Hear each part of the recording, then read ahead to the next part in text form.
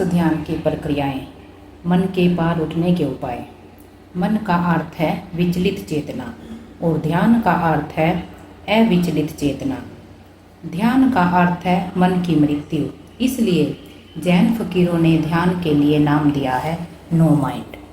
कबीर ने भी ध्यान को स्टेट ऑफ नो माइंड कहा है। ध्यान का अर्थ है जहाँ मन ना रह जाए, जहाँ मन ना बचे, जहाँ कोई विकल्प ना हो, जहाँ कोई द्वंद्व ना हो। अगर एक क्षण के लिए भी मैं इस आंतरिक क्षमता को पा जाऊं, जहाँ मन में कोई द्वंद्व ना हो, जहाँ कोई विपरीत भाव ना हो, जहाँ कोई कलह ना हो, एक क्षण को भी अगर ये समरसता भीतर आ जाए तो मैं निश्चय को उपलब्ध हुआ। उसी क्षण मुझे परमात्मा उपलब्ध हो जाए, उसी क्षण उसकी मुझे झलक मिल जाए, धागे की झलक मिल जाए, मनकों के भीतर जो छिपा है। सूफी फकीर एक ध्यान का अभ्यास करते और करवाते हैं। पश्चिम में जॉर्ज गुरजियफ ने भी उस ध्यान के प्रयोग को बहुत प्रचलित किया। इसी सदी में सूफी फकीर उस प्रयोग को कहते हैं द एक्सरसाइज ऑफ हाल्ट, और गुरजियफ ने कहा है उसे स्टॉप एक्सरसाइज, रुक जाने का प्रयोग। गुरजियफ अपने साधकों को कहता था कि जब मैं कहूँ स्टॉप, रुक जाओ, तो तुम जो भी कर रहे हो वैसे ही रुक जाना। अगर तुम्हारा बायां पैर चलने के लिए ऊपर उठाओ तो वो वहीं ठहर जाए। अगर तुम्हारा होठ खुला हो बोलने के लिए तो वहीं रुक जाए। अगर तुम्हारी आँख खुली हो तो ठहर जाए। तुम फिर कुछ भी बदलावट मत करना, वैसे ही रुक जाना। सूफी फकीर कहते हैं अगर कोई एक क्षण को भी पूर्णता से रुक जाए तो उसी पूर्णता के रुकावट के क्षण में, ठहरे होने के क्षण में उसे निश्चय का अनुभव हो जाएगा। गुरजियफ ये प्रयोग कर रहा था टिफलिस रूस के एक छोटे से नगर में। एक नहर के पास तंबू के भीतर बैठा था। सुबह ही और पास में ही नहर थी, लेकिन नहर बंद थी, पानी उसमें था नहीं। अचानक उसने चिल्लाकर तंबू के भीतर से कहा स्टॉप, रुक जाओ। 3 साधक नहर को पार कर रहे थे, सूखी नहर को, वहीं रुक गए।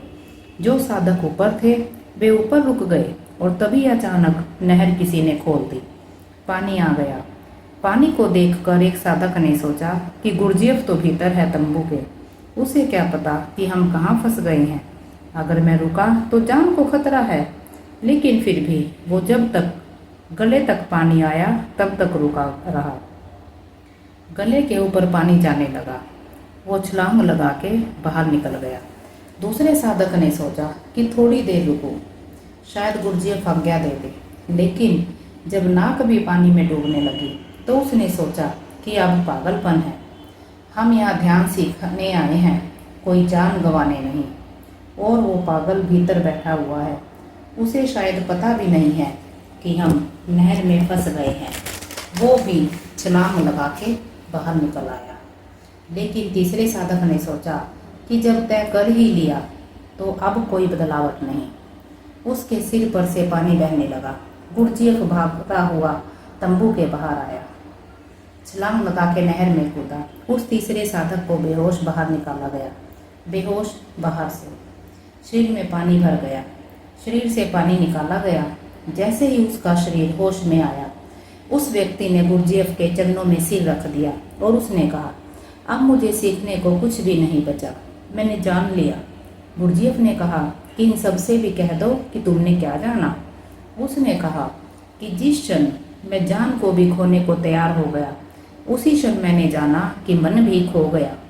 जब तक मेरे मन में जरा सा भी द्वंद्व था कि निकल जाऊं या रुकूं, तब तक मन था, भीतर कोई चीज़ चल रही थी, गति थी, विचार थे। लेकिन जैसे ही मैंने तय किया कि ठीक है, जान बचे या जाए लेकिन हटना नहीं है, वैसे ही सारे विचार खो गए।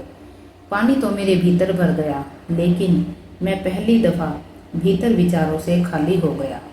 बाहर से तो मेरे प्राण संकट में पड़ गए, लेकिन पहली दफ़ा मैंने भीतर उसके दर्शन कर लिए जिस पर कभी कोई संकट नहीं पड़ सकता। मैं मर भी जाता तो अब कोई हर्ज ना था, क्योंकि मैंने उसकी झलक पा ली जो कभी नहीं मरता। निश्चय का अर्थ है ऐसी अवस्था जहाँ मन का कोई कंपन ना हो।